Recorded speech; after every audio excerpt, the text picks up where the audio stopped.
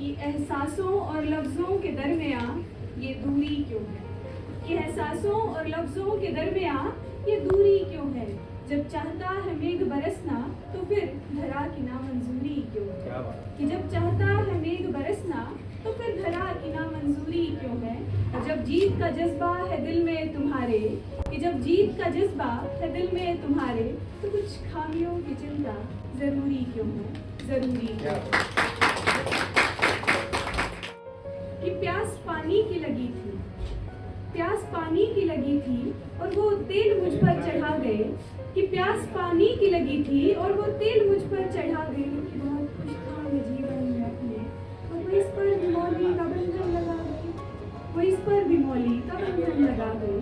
कि इच्छा पूरी हुई थी उनकी, इच्छा पूरी हुई थी उनकी, मन्नत भी उन्होंने ही मांगी थी, और फिर आस्था का नाम ले वो मेरी शाख मिटा गए, और आस्था की ही आड़ में अपने सारे पाप छिपा गए, अपने सारे पाप छिपा गए। अरे उस नन्ही सी जान को, उस नन्ही सी जान को एक बार दुनिया को दिखा देते, उस नन्ही सी जान को एक बार दुनिया को दिखा देते, बंद उन पलकों को एक बार खुल तो जाने देते। पर आस्था तुम्हारी कुछ इतनी बड़ी हो गई और इंसानियत तुम्हारी कुछ इस कदर हो गई कि परंपरा की आड़ में एक और बच्ची डूबने खो गई, एक और बच्ची डूबने खो गई। बड़े प्यार से उस बकरे को रोज खिलाया पिलाया गया, बड़े प्यार से उस बकरे को रोज खिलाया पिलाया गया। त्योहार था उसके नाम का तो उसे सुबह सुबह नहलाया गया। डरा हुआ सा वो सहमा सहमा सा, कि डरा हुआ सा वो सहमा सहमा सा रो रहा था निरंतर, डरा हुआ सा वो सहमा सहमा सा रो रहा था निरंतर। पर फिर आस्था का चाकू उसे भी दिखाया गया और करके हजार टुकड़े उसके जिस्म के, आस्था के नाम पर वाह वाह कर उसे खाया गया, वाह वाह कर उसे खाया गया। शरीर से शायद कुछ अपूर्ण या अपंग सा लगा था वो, मनुष्यों के बुनियादी सांचे से शायद थोड़ा अलग सा दिखा था वो, इसीलिए शरीर को उसके मिट्टी में दबाया गया और ईश्वर तक के सफर को चंद घंटों में से उतारा गया, चंद घंटों में से उतारा गया। फिर सोचती हूँ ये कैसी थी आस्था, ये कैसा विश्वास था, ये कैसी थी आस्था, ये कैसा विश्वास था। किसी मासूम पर चला समझो तो किसी का किया जीवन बर्बाद था, जीवन बर्बाद था।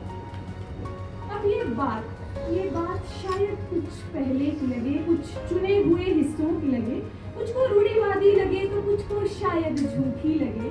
तो बात अब आज की बताती हूँ, अपने साथ हुए किस्से से आप सभी को रूबरू कराती हूँ। पिछले दिनों मंदिर गई थी, एक अजीब सा दृश्य देखा। कतार में खड़े कुछ परेशान चेहरों को देखा, पंडित जी के आशीर्वाद के लिए कतार सजी थी। बिना कुछ सोचे समझे मैं भी उसमें शामिल हो गई। पैर छूकर मैंने ललाट आगे बढ़ाया, फिर कुछ प्रतिक्रिया न पाकर आंखों को चारों ओर घुमाया। इतने में पंडित जी ने रुपयों की थाली की ओर इशारा कर फरमाया, पहले दक्षिणा तो डालो बच्चा, तभी तो लगेगा ये तिलक से महरा।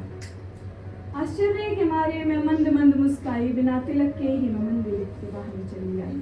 फिर सोचती हूँ ये कैसी है आस्था, ये कैसा विश्वास है, ये कैसी है आस्था, ये कैसा विश्वास है। यहाँ रुपयों के बदले चल रहा भावनाओं का व्यापार है, और वो लोग जिनका मासिक वेतन ही मात्र 1000 है, इन ईश्वर के मसीहों का उनसे भी लूटने का चल रहा कारोबार है, चल रहा कारोबार है। बीवी 4 रखो तो हलाल है, फिर खुदा की इनायत उस बेटी का जन्म भी क्यों हराम है, कि फिर खुदा की इनायत उस बेटी का जन्म भी क्यों हराम है। बिना सर ढके लड़की मंदिर में जाए ये महापाप है, बिना सर ढके लड़की मंदिर में जाए ये महापाप है। पर बाहर उसे देख कोई सीटी बजाए, इसमें कौन सी गलत बात है, इसमें कौन सी गलत बात है।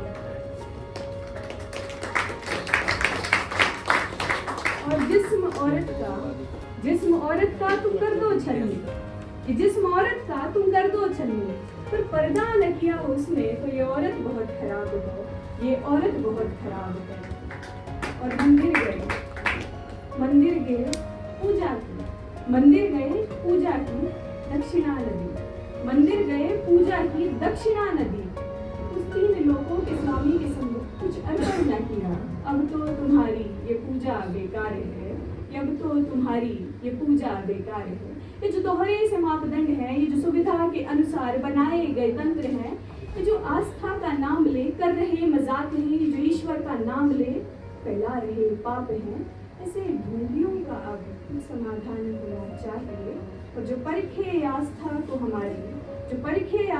हमारी जीवन और रुपयों के आधार पर, कि जो परखे आस्था को हमारी जीवन और रुपयों के आधार पर ऐसे ढोंगियों का अब सर्वनाश होना चाहिए, सर्वनाश होना चाहिए।